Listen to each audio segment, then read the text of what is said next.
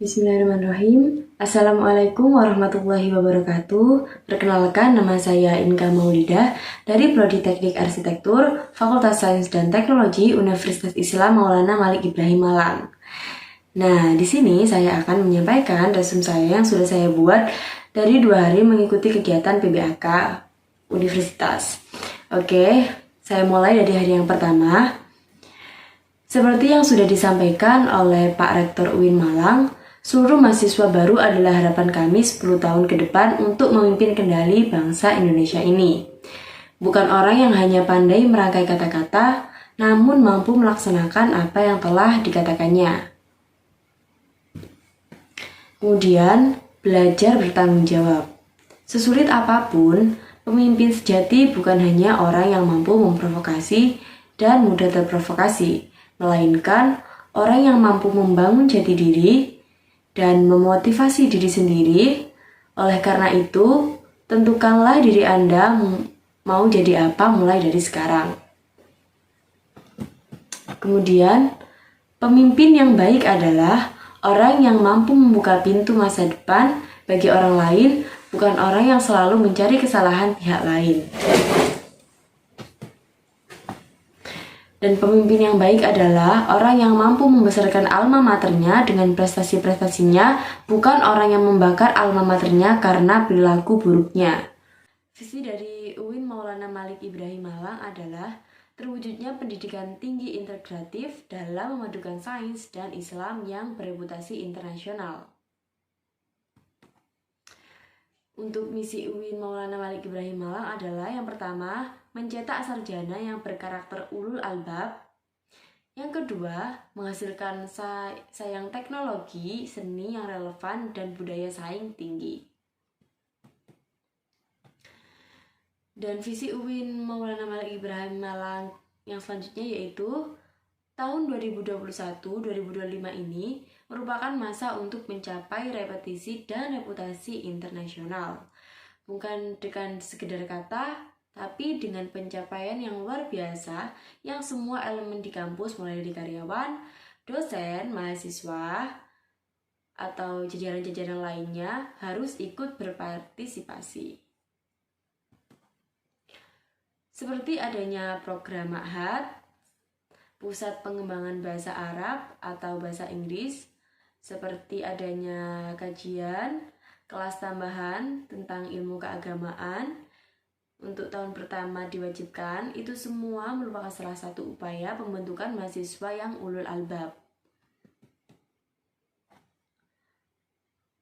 Nah, untuk apa semua itu dilakukan? Semua itu diupayakan dalam pengelolaan manajemen kampus agar mahasiswa lulusannya mudah diterima dimanapun dan dapat meraih prestasi yang luar biasa.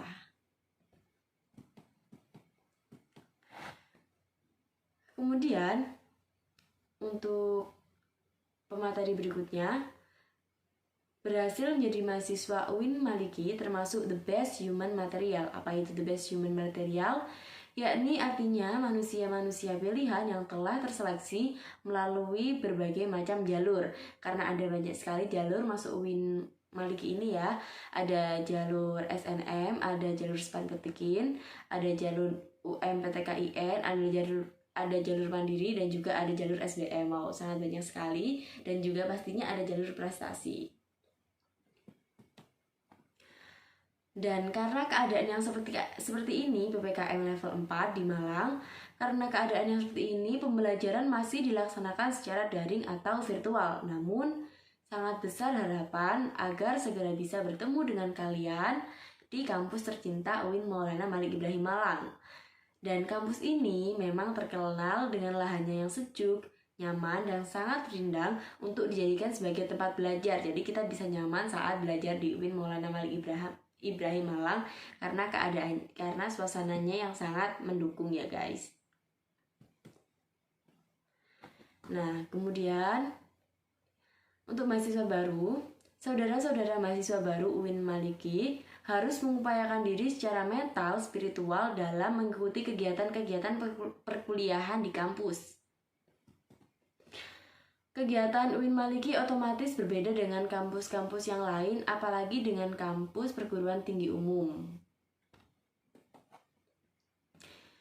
melakukan transformasi gaya belajar dari tingkat SLTP menuju model pola belajar di perguruan tinggi. Karena itu harus mahasiswa berpikir secara ilmiah. Jadi pola belajar kita yang di SMA yang mungkin kurang efektif, yang mungkin tidak bisa diterapkan lagi ketika sebagai mahasiswa, maka pola belajar tersebut harus dirubah sesuai dengan kondisi yang kita alami saat ini. Kemudian, apa itu berpikir ilmiah?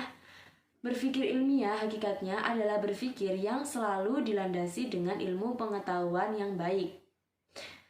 Pengetahuan umum maupun pengetahuan keagamaan, karena notabene kampus kita adalah kampus keagamaan yang bernaung di bawah Kementerian Agama Republik Indonesia. Nah, karena kampus kita ini bernotabe kampus keagamaan, maka kita harus memiliki prinsip berpikir dan berperilaku positif. Jadi harus menjaga sikap, kemudian berpikir ilmiah. Seperti tadi, setiap berpikir harus dilandasi dengan ilmu pengetahuan, dan kemudian menegakkan ajaran agama Islam, melanjutkan dakwah Nabi Muhammad SAW. Kemudian, nah selesai. Tadi kita lanjut ke materi hari kedua. Nah, materi hari kedua ini yang diterangkan adalah tentang DEMA atau Dewan Mahasiswa. Apa sih Dewan Mahasiswa itu? Merupakan organisasi Dewan Eksekutif Mahasiswa, adalah organisasi intrakampus yang merupakan lembaga eksekutif mahasiswa di lingkungan mahasiswa tingkat universitas, fakultas, hingga jurusan. Fungsi DEMA adalah sebagai pelaksana program organisasi kemahasiswaan, lembaga yang mengkoordinasi dan mengkondisikan instruksi pelaksanaan kegiatan kemahasiswaan di tingkat universitas. Nah, kemudian apa saja tugas DEMA ini? Tugasnya yang pertama, melaksanakan program kerja organisasi yang sudah disepakati SEMA universitas. Nah, untuk penjelasan SEMA akan saya paparkan di materi berikutnya ya. Kemudian lanjut, untuk tugas DEMA yang kedua, mengkomunikasikan dan menginformasikan kegiatan kemahasiswaan di tingkat universitas. Yang ketiga, melaksanakan koordinasi dan sinkronisasi kegiatan kemahasiswaan.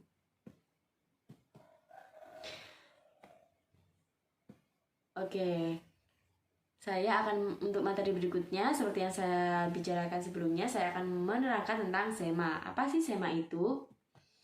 SEMA adalah organisasi mahasiswa UIN Maulana Malik Ibrahim Malang yang berperan sebagai lembaga legislatif yang mengkoordinasi DEMA, UKM, dan HMJ.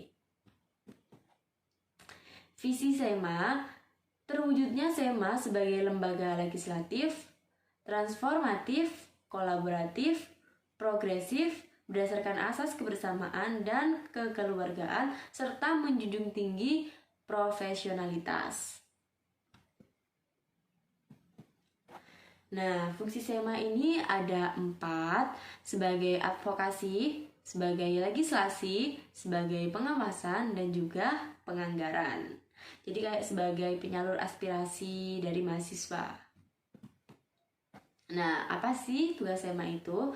Yang pertama, mengawasi dan mengontrol DEMA U atau DEMA Universitas. Kemudian memberikan persetujuan kegiatan DEMA, memberikan pengesahan laporan pertanggungjawaban, dan memfasilitasi aspirasi mahasiswa yang sudah saya katakan tadi.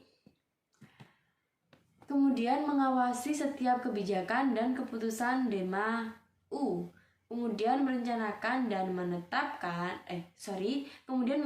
dan menetapkan peraturan organisasi dan kemudian mengesahkan peraturan DEMA U, dan yang terakhir mitra kerja DEMA U. Jadi SEMA ini merupakan rekan kerja DEMA U. Oke, dan materi selanjutnya yaitu UKM. UKM ini ada banyak, dan saya akan menjelaskannya satu persatu. Yang pertama, Jepret Club Fotografi, UKM yang mewadahi minat dan mengembangkan bakat dalam bidang fotografi. Jadi di sini kamu akan diajari atau dilatih dasar-dasar fotografi dan dilatih untuk mengasah potensi lebih dalam tentang bidang fotografi. Kemudian ada teater komedi kontemporer. Di sini mengembangkan potensi seni peran. Di UKM ini kamu akan mengikuti pementasan yang sering mereka lakukan. Jadi buat kalian yang penyuka seni, kalian sangat direkomendasikan untuk ikut ini karena ini bisa dijadikan sebagai wadah penyalur bakat kalian. Kalian yang menyukai acting di bidang acting. Oke, selanjutnya yaitu pramuka. Diperuntukkan untuk seorang yang memiliki keilmuan dan keterampilan manajerial yang tangguh serta mampu bermasyarakat. Jadi pramuka ini sejak dari dulu sudah dikenal oleh multi talent ya guys. Kemudian religius. UKM ini akan mewadahi penyaluran dan pengembangan bakat minat dalam hal seni religi seperti gambus, sholawat, qasidah, kaligrafi, dan qiraah.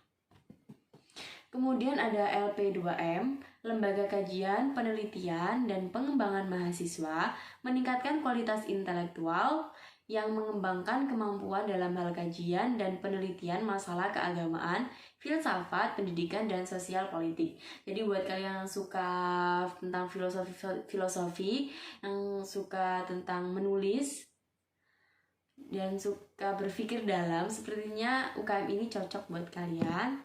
Dan selanjutnya yaitu Simfoni FM. UKM ini menggeluti bidang broadcasting atau sekedar cuap-cuap di ruang publik bisa bergabung ke Simfoni FM. Di sini akan dilatih untuk mampu membawakan sebuah program radio ataupun mempersiapkan suatu program radio seperti program musik atau berita.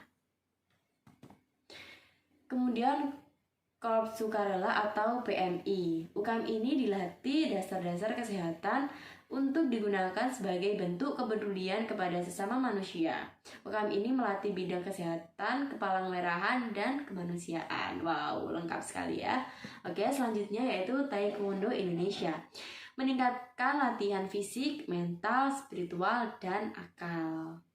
Jadi tidak hanya tentang perkelahian, bahkan sebenarnya ini tidak tentang perkelahian, tapi untuk meningkatkan kekuatan fisik kita. Kemudian ada Kopma Padang Bulan, usaha minimarket dan unit fotokopi yang biasa menjadi tempat latihan untuk terjun langsung ke dalam hal manajemen dan melayani langsung dalam hal manajemen. Jadi ini tuh sangat cocok buat anak-anak manajemen sebagai praktek ketika masih menjadi mahasiswa untuk nanti bisa diimplementasikan ketika sudah lulus ilmu yang telah didapat dari UKM tersebut. Oke, lanjutnya yaitu junior. Di junior, kamu akan mendapatkan ilmu olahraga melalui praktek langsung seperti latihan sparring dan turnamen. Kemudian ada VAPM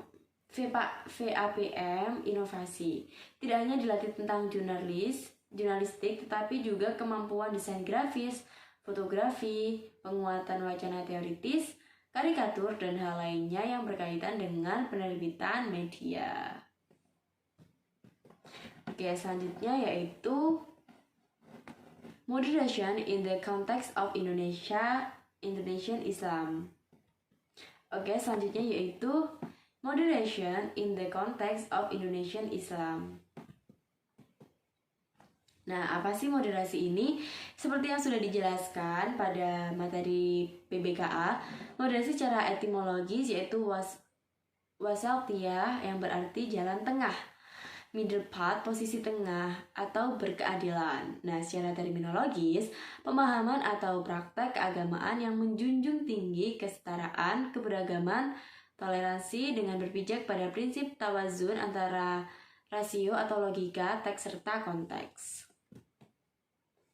Nah, dasar teologis Al-Quran Surat Al-Baqarah ayat 143, beberapa hadis Sahih Bukhari, dan kenapa moderasi relevan dan urgen di Indonesia? Karakter Islam sebagai agama rahmatan lil alamin yang menjunjung tinggi keadaban dan harmoni inter dan antar pemeluk agama, historisitas Islam di Indonesia. Karakter masyarakat Indonesia yang lekat dengan kesantunan dan harmoni, seperti budaya-budayanya dan penyambutan kita terhadap warga asing, dan kebiasaan kita yang menerapkan seperti sopan, santun, senyum, menyapa, seperti itu. We are not Middle Eastern Arab. Ideologi bangsa adalah Pancasila, dan kita juga memiliki moto Bhinneka Tunggal Ika. Middle Eastern and global issues, isu-isu politik yang terkait dengan Timur Tengah dan politik global, baik secara langsung atau tidak, dapat mempengaruhi pemahaman dan sikap keberagaman masyarakat Indonesia, serta mengganggu agenda moderasi Islam seperti konflik Palestina vs Israel, aliansi politik Arab Amerika Barat, economic interest, and political deposits and hypocrisy. Nah, selesai. Oke, demikian adalah hasil tersum yang saya dapat dari mengikuti PBKA hari pertama dan kedua. Mohon maaf apabila ada salah perkataan, tidak berkenan di hati Anda. Semoga kita dapat mengambil pelajaran. Wassalamualaikum warahmatullahi wabarakatuh.